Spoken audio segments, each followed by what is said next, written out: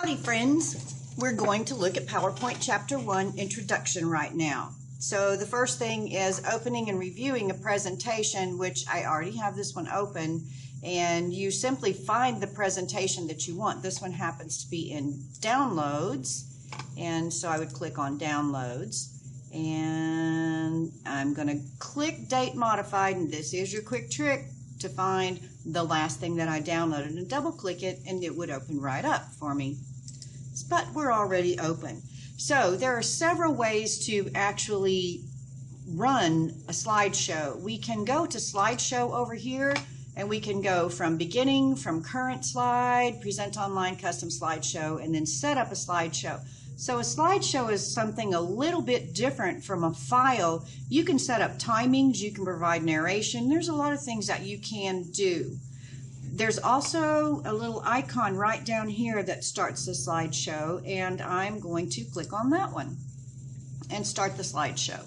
You can't see both of my screens, but the slideshow is actually going on the other screen and it's full screen, but this would be the presenter's point of view, and it shows the current slide and the next slide. So I'm going to just click on through Wanton Waffles year-to-year comparison, and I can see what the upcoming slide is, which is very helpful. And this is the pen for annotations, and I can click it and I can go to pen, and I could also choose ink color here. So we'll choose a pretty purple. There we go. Do the annotation there, your name, emphasize what it is you wish, and then you just click through, or you can hit enter and it's going to automatically go forward. If you want to go back, this is really nice, and in previous versions of PowerPoint did not have this, and it's very helpful because there are a lot of times when you click it and you want to go back to the previous slide. And then when I get to the end of the slideshow, you can see that I have some animations here. These things are coming in one by one, and when I get to the end and I click it one more time, it's going to ask if I want to keep my annotations. Now, there might be times when you would want to keep your annotations, but I really don't care to. So now we are back into our slide, and speaker notes, just go right down here. It said click to add notes, and you type, you want to show speaker notes before you demonstrate.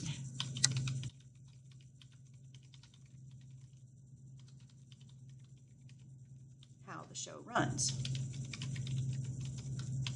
There, that's a nice speaker note. And I'm going to hit play again. And now you can see over here on the right, you want to show speaker notes before you demonstrate how the show runs, so that you see where speaker notes show up. Now I can hit the escape button, and that also gets me out of the presentation viewing mode. So one of the most important things for preparing an effective presentation is to plan for it. You don't want to be all helter-skelter. You want it to move through in a logical manner. Here we are introducing waffles. We're saying we have a year-to-year comparison, why we're hot, what we provide, and then the next steps, create a detailed financial plan. So it follows a logical order. You might have all kinds of orders that you could come up with, so perhaps it would be chronological. If it was a presentation about a project, the project initiated at this point, and then we did this, and then we did that. But planning is really important in order to really maximize the effectiveness of your presentation. So we're going to talk a little bit about adding content. This is really nice because if I want to add a graph, I can insert a chart, I can use online pictures, I can insert pictures, insert video, and I just click on the buttons. So I can also go to the insert menu and I can insert all those same things, but in this content box right here, I can click to add any of these elements very quickly and click on a chart. Let's say I want a clustered column chart, and then it's giving me sample data. I could go in there and I can type the information in. We can also import one from Excel.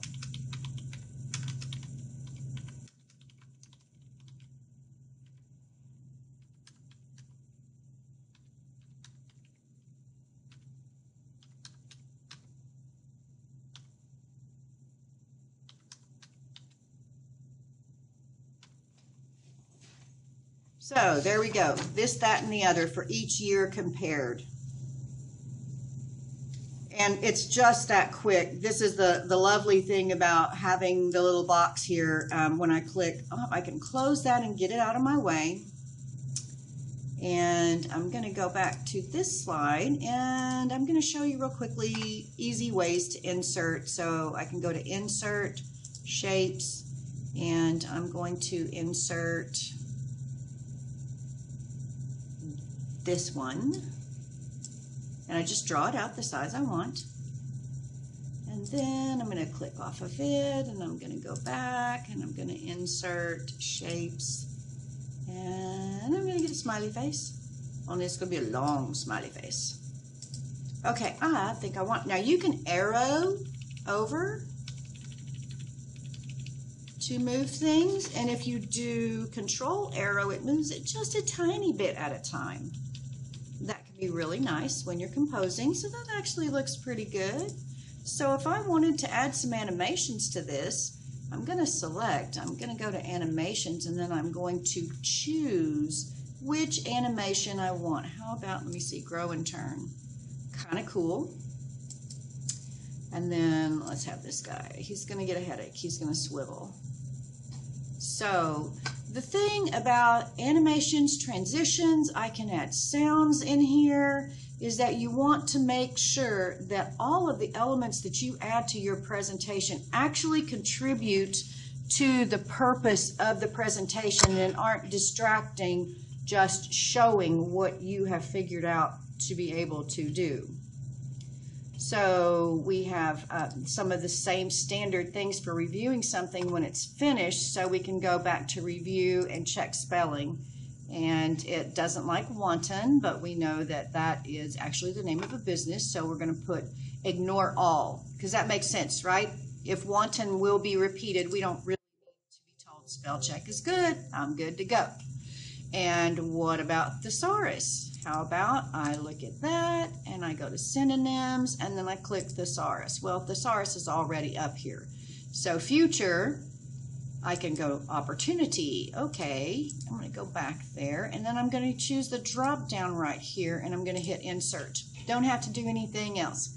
A franchise of, but take the out, the future or a franchise of opportunity. Okay, I'm going to call it a franchise of opportunity. Believe me, this is in no way a demonstration of what you will be doing in your guided practice. This is just me going through and showing you how to do things. The guided practice will be a separate. This is the file that you will use for your guided practice.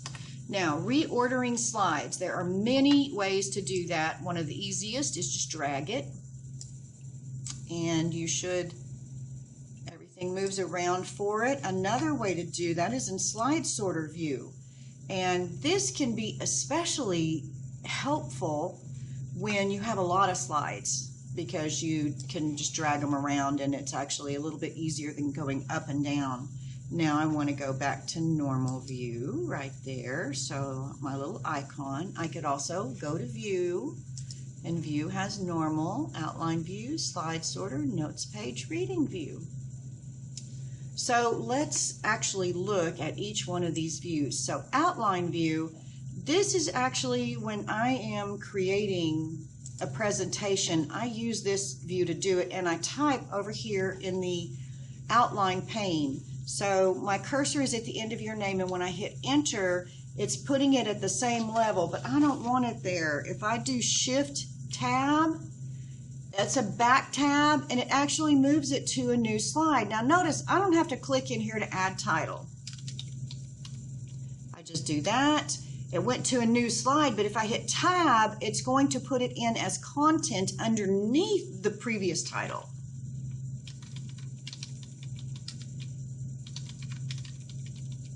And I'm going to hit shift tab after I hit enter, and then I'm going to be at another new slide.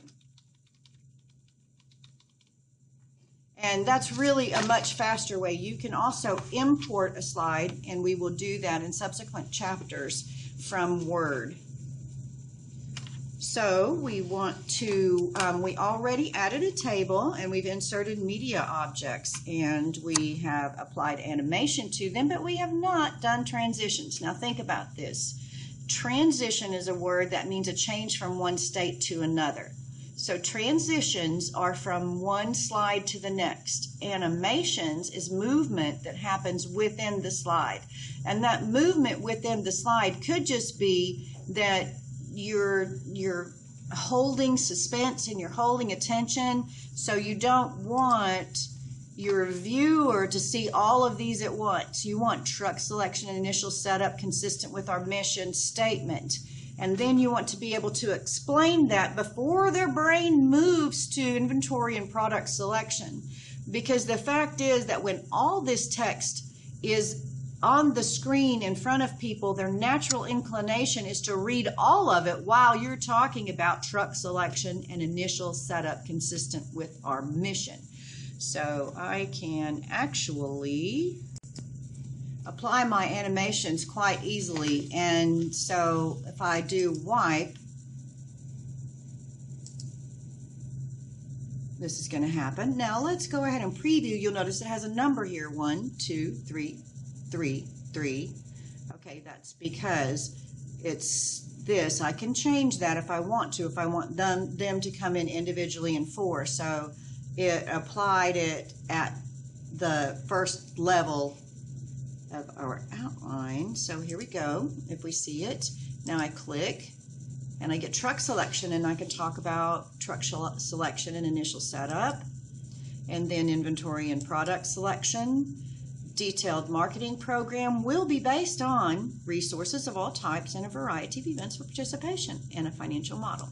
So you can see that that actually is somewhat better or more effective for getting the point across and helping your audience to stay focused on each point rather than why we're hot. Okay, we sell inexpensive breakfast, and I could be explaining all about the inexpensive, high-quality breakfast that we have. And then they're already on low overhead and their profits are increasing, and they're like, we're done. Okay. So we don't want that. All right. Now let's go and look at those views again. So we had outline view, slide sorter view, which we looked at before, and then we have a notes page. And the notes page, if we want to put headers and footers. So this view of notes page actually is just for you to view. And if we scroll up here, we can see the one that we added notes to. So there you go. Now we have masters. And what a slide master is I can go in here and I can edit this title and that subtitle, and it will apply these characteristics to everyone like that. So this is a master title slide, so this particular type of slide, whatever changes I make here, will be made to every slide. So let's make it really small, and then you'll see whenever we go back in there. And we have masters for different types of slides, and then we also have masters. So I'm going to go back to view and I'm going to click handout master. So you could type your name up here, the date. This footer has a page number already. It has the instructor name and the class, and those are handy things for the notes pages. And it says that up here I would select. If I don't want the date, I take it out. If I don't want a footer, I take it out. I don't want a page number, but I'll click and put them back. There we go. And I can have a background style, and I don't think I would want that background style, but you could have it if you wanted it. That would take more ink, and it's really unnecessary for your notes page, I think. But, you know. So handout orientation, we can go portrait or landscape. We can go slide size, and then we can choose slides per page. And I have seen times when people would give you a handout at a presentation with this size slides. I don't know why you even bother to print it, because generally speaking, you can't really read what's on the page and there's no room to take notes. So I kind of like the one slide outline. So several different ones that we can look at. So there's also a notes master, and we can set that up with footers, headers, and we can set the text style. So I am going to go back to view and go back to normal view. And now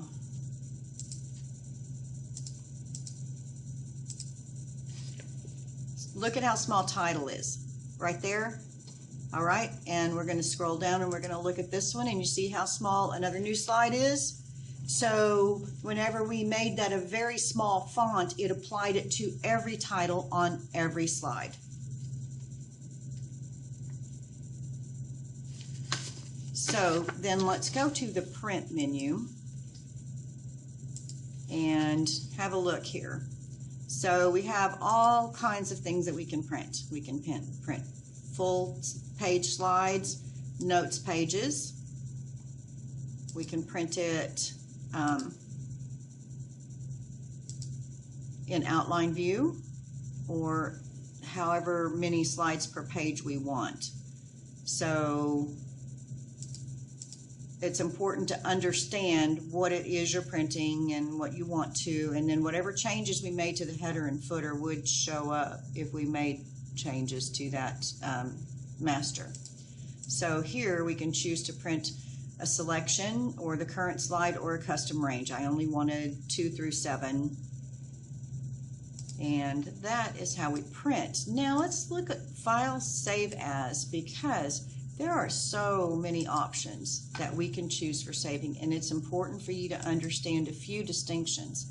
So PowerPoint presentation, which is just our raw file, is the standard saving. It's the default, and that's okay while you're working on one. However, if you've made this PowerPoint presentation and you have video in it and you have photos in it, you need to convert it or save it as a PowerPoint show right here, because when you're creating it, it actually only links to the videos and the photos that are already saved on your computer.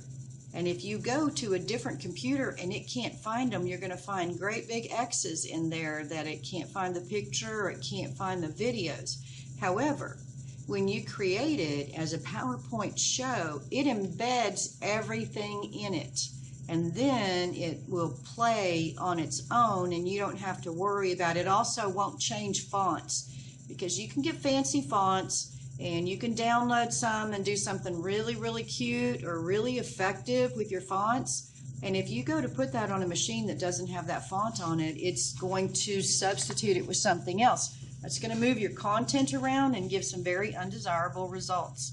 So you would want to save it as a PowerPoint show, and then you don't have to worry about any of those things.